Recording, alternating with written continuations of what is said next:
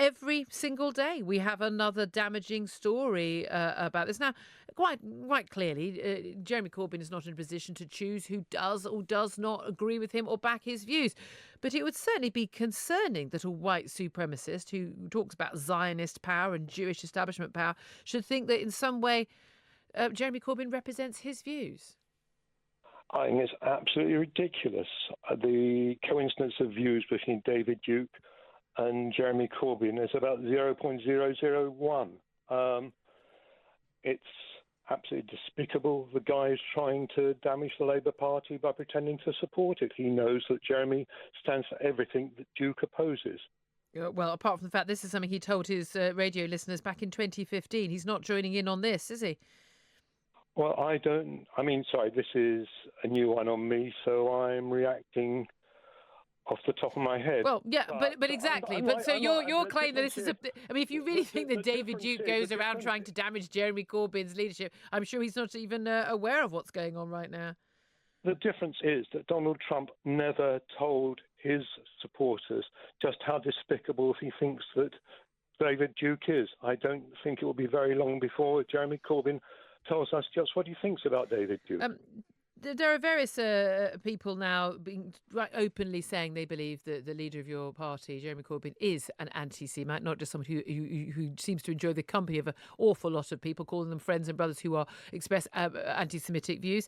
Do you think he's anti-Semitic? I know that he's not. I've known Jeremy for years, and he's opposed anti-Semitism. He's supported Jewish causes. He's supported Jewish organisations throughout his life. This is a scandal that he is being accused of something that is so manifestly untrue. Why is he being accused of it then? I think there are two reasons. One, he is a dedicated supporter of Palestinian rights, and therefore those who support Israel find him very problematic. The second is there's a clutch of Labour MPs who have never reconciled themselves to the members wanting Jeremy as leader of the party and are willing to use any weapon in order to undermine him. You say those who support Israel. Do you mean Jews? Do you mean Zionists? Look, I support the right of Israel to exist. I don't support a lot of the policies of the Israeli government, but I also am not a big fan of Hamas, Hezbollah, and other organisations which attack Israel. It is perfectly possible to be supportive of the Palestinian rights and to be critical of the Israeli government and not be an anti-Semitic, and yet Jeremy Corbyn doesn't seem to be able to walk that tightrope, does he? Yes, he does. He walks it very easily. He walks it as easily as I do. We oppose the policies of Israel. We support self-determination for Palestinians. We support the right of all of the people in the region of the Eastern Mediterranean to live in peace. It's not about trying to choose one side or the other. It's about trying to find a just solution that reflects the rights of the Palestinians to live in peace and security, just as all of the people there need to live in security. OK, now, look, your group, Jewish Voice for Labour, got a lot of criticism a couple of months ago after you basically were very critical of the march in Westminster against anti-Semitism in Labour and has been very much seen as an organisation defending Jeremy Corbyn on this issue. Why do you think so many people, you talked about, you say it's a scandal that he's been accused of this and it's all about Palestinian rights and those moderates, non-Corbynista MPs, but why do you think this row is continuing to be ongoing? If there was so little evidence that Jeremy Corbyn was anti-Semitic or was a big supporter of other anti-Semitic organisations or people, why do you think this story is able to run and run? Why are the papers able to dig up yet another story every single day, find another meeting, another tape, another occasion, another Labour Party Corbynista who has said something or posted something that is anti-Semitic?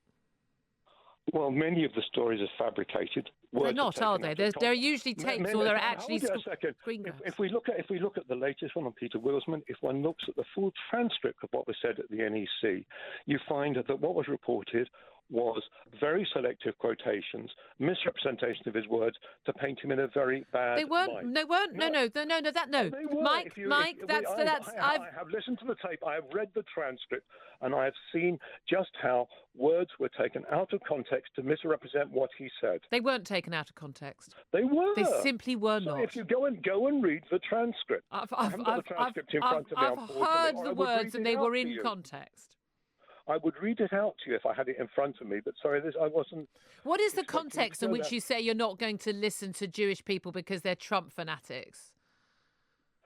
He didn't say that. I'm paraphrasing as well, but what is the context that you do say that then? Some of the people leading the charge against Jeremy were Trump fanatics. That is true. Some of them are. We have been looking for some of the leaders of the Board of Deputies to ever denounce the actions of Donald Trump, and they haven't. They welcomed his election. They welcome his actions.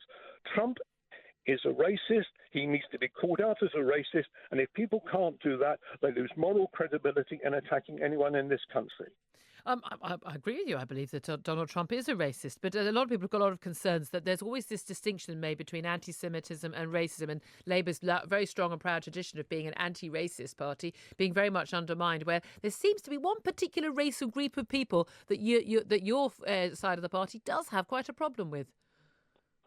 No. I mean, as I said, Jeremy has taken a move to try and change the policy of the party on Palestine and Israel to become much more supportive of Palestinian rights. The Labour Party over the last 2 decades has been much too soft on Israel, much too unwilling to criticise its actions. Jeremy is trying to produce a sea change in that. There are people who don't want to see that sea change and will use anything they can to undermine that project. And so you're saying that when these stories are all in the media, and when Jewish families up and down the country are actually talking to their neighbours and their friends and friends at synagogue about not feeling safe if Jeremy Corbyn is elected as Prime Minister, thinking about leaving the country because of the upsurge in anti-Semitic behaviour and online abuse and the like, you're saying this is all just being whipped up by people who just don't want Jeremy Corbyn to be Prime Minister? I'm not saying that people do not experience real fear. I wouldn't argue with people who tell me how they feel. What I would argue is whether there's any rational basis, whether there's any objective basis. So it's irrational. So Jews in this country right now who are scared are irrationally fearful. I'm saying we know from all criminology that the correlation between crime and fear of crime is very, very weak. The correlation between anti-Semitism and fear of anti-Semitism is again weak. So when they have guards... Sorry, Julia, you asked me, why is anti-Semitism in the Labour Party always in the news? I have to ask you a question. Why is Islamophobia in the Conservative Party never in the news? Well, it has been. Despite Baroness Wolsey raising this, it has been in the news. Going into attack on our own party. It has been in the news. It is not. No. I tell you, Mike. I'll tell you why. Why are you not ringing people from the Conservative Party, asking them to defend their record? I'll tell you why. Because I don't think there's a single sane person in this country who thinks that the leader of the Conservative Party, whatever her failings or inadequacies, or whether they're Tory or not, thinks that she walks around supporting Islamophobic candidates, people, or has Islamophobic views herself. What has she done to address Islamophobia in her party? Nothing. Has she set up an inquiry? Nothing. Has she set up a code of conduct? Nothing. No action. No, but that's not the point, Mike. Look, I don't hold a candle for Theresa May at all. I'm just saying it's very visible. I don't think there are people out there discussing this question day after day? I've just told you why. Because I'll tell you, because we don't have instant after instant on a daily basis where Theresa May has sat next to people who've said Islamophobic things, whereas the leader of your party seems to do it on an hourly basis. She's sat in the cabinet with people who have made Islamophobic statements. Sorry, don't go.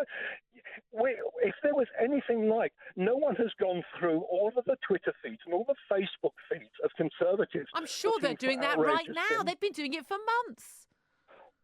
Corbyn needs to have been doing that for months. Put into searching his old 10-year-old Facebook feeds, 10-year-old Twitter feeds of Labour Party members trying to find something that looks a bit dodgy. No one has put that effort into the Conservative Party. Yes, they Why have. not? They have. They've done exactly that. The point is... Are you trying to tell me that all the Conservatives are squeaky clean? They're not. I'm not remotely saying that. I'm not saying there is no... I'm not there is a difference. There is a problem of racism in the whole of society. There will be pockets of racism. There will be racist people in every area of society, in every political party. The point is, when it is found, when it is rooted out and it is found, it's how it's reacted to, it's how it's treated. And the difference between the Labour Party and the other parties, I would argue, at the current time, is that when an anti-Semitic comment is found, that person is not disciplined in the same way as they are in other parties, regardless of which racism it is. The issue you've got is that people now think that the Labour Party is led by an anti-Semitic leader. But there is no evidence for that. Apart from all the evidence. Hold a second. Let me finish. Yes, there are anti-Semites in the Labour Party. We're 500,000 strong. I wish there were none, and we have to root them out. And that is exactly what the Code of Conduct will do. The problem with the IHRA examples is they're slackly worded.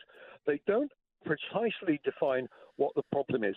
The Labour Party good enough for every other political party. The Labour Party Code of Conduct has been drawn up because it will allow really effective action.